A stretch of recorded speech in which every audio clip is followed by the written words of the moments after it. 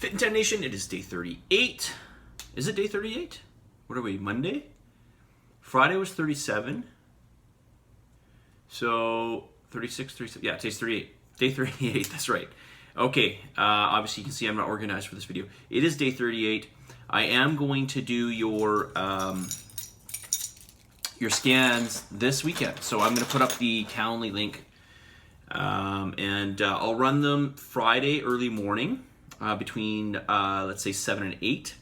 And then I'll run them Saturday morning as well, okay? Say between, well, you'll see, but it'll be probably around, I don't know, 8 to 9:30 or something like that, okay? What else did I want to say? Feedback. You got to send me in your feedback, right? Feedback.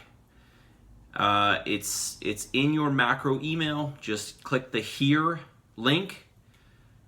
Okay, the little highlighted link that says there's a word here. It's underlined. It's in blue, right? It says like send me your feedback here. Click on that. Send me your feedback. Okay.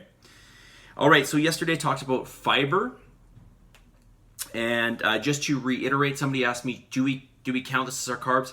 Just to keep things simple for now, yes, you're going to count it as carbs. But, I will tell you that fiber comes in two forms, right? I mentioned this yesterday, soluble and insoluble. Insoluble goes right through you. Soluble gets basically eaten up by the bacteria in your large intestine. Gets converted into fatty acids by the bacteria in your large intestine. And then it gets basically metabolized, okay? Generally speaking, soluble fiber is about 2 calories per gram, okay? But it can vary depending on the soluble fiber. But I don't want to complicate things. For now, just going forward, just count your fiber as your carbs, okay? If you're curious to know some examples of soluble fiber, oats, beans, apples, psyllium, peas, what else did I write down here? Citrus fruits. I can't read my own writing sometimes.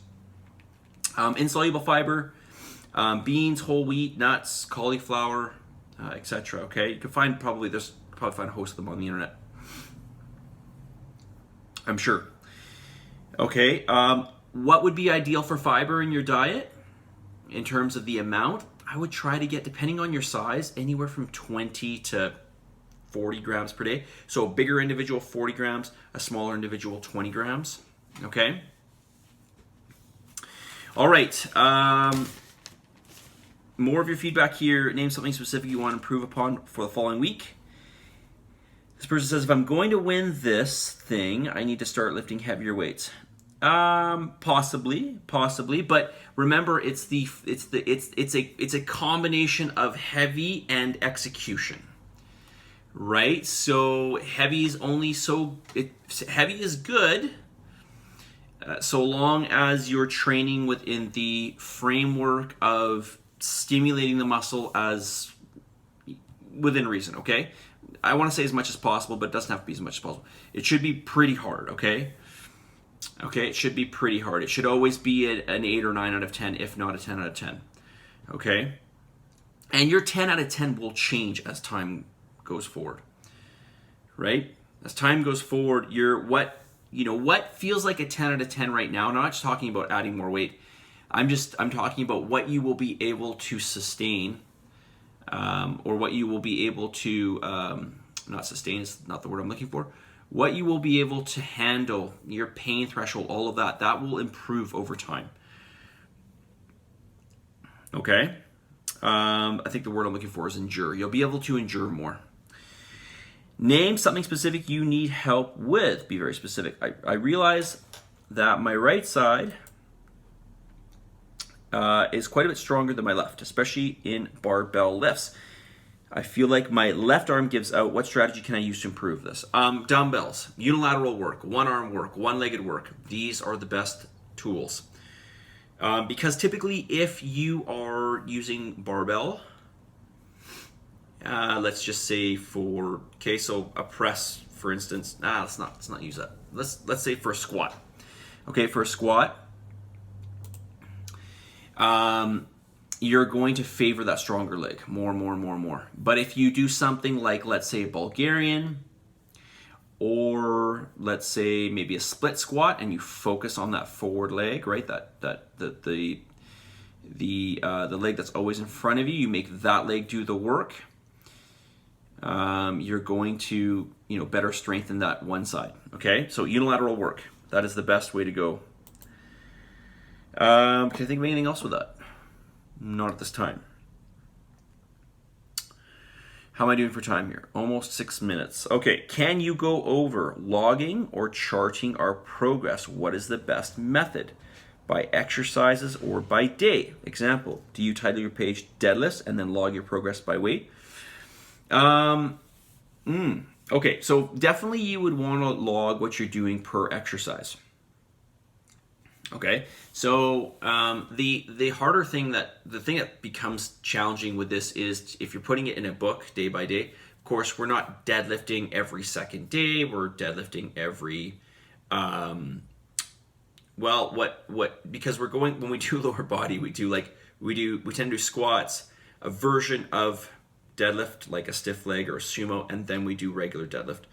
So generally we're doing it like every 6th day, or was that right? Every 6th day? No, every 7th workout. Is that right? You know what I'm saying, right? So it's late here.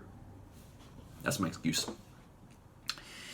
So my point is it gets hard to shuffle through. So actually your best thing to do would be to, if you had like a spreadsheet and you had like your exercises, say, down a column this way, and then you had your workout days like this, and then you could just fill out those exercises for, each day based on the exercises over in this column. And you could just fill out this column as we go through the workouts, just adding. So if it's not already in the list, you add it in, and then you write down the weight over on that day.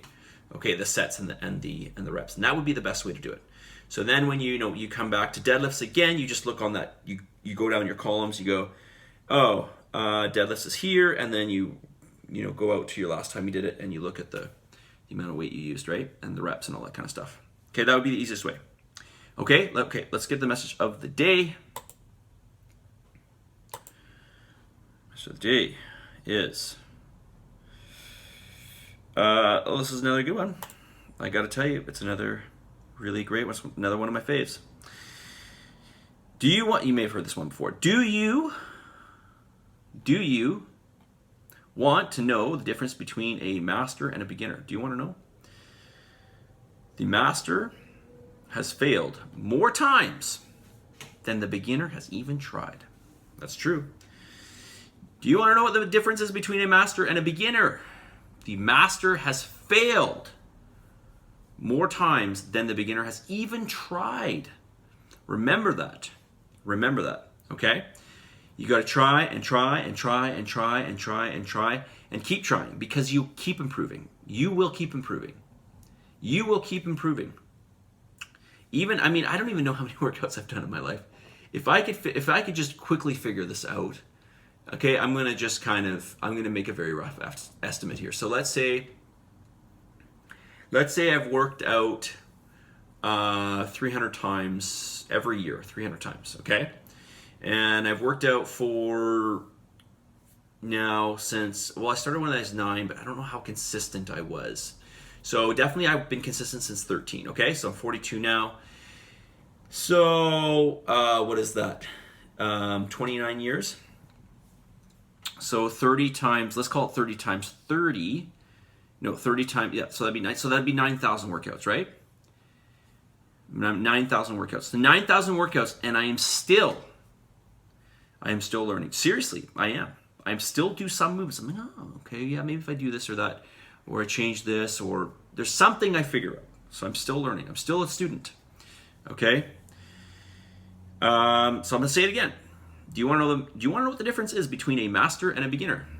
The master has failed more times than the beginner has even tried. Okay? That is it. Positive energy, positive vibes. Believe in yourself for the love of God. Give some gratitude. And I'll talk to you all very soon. Have a wonderful evening. See you guys.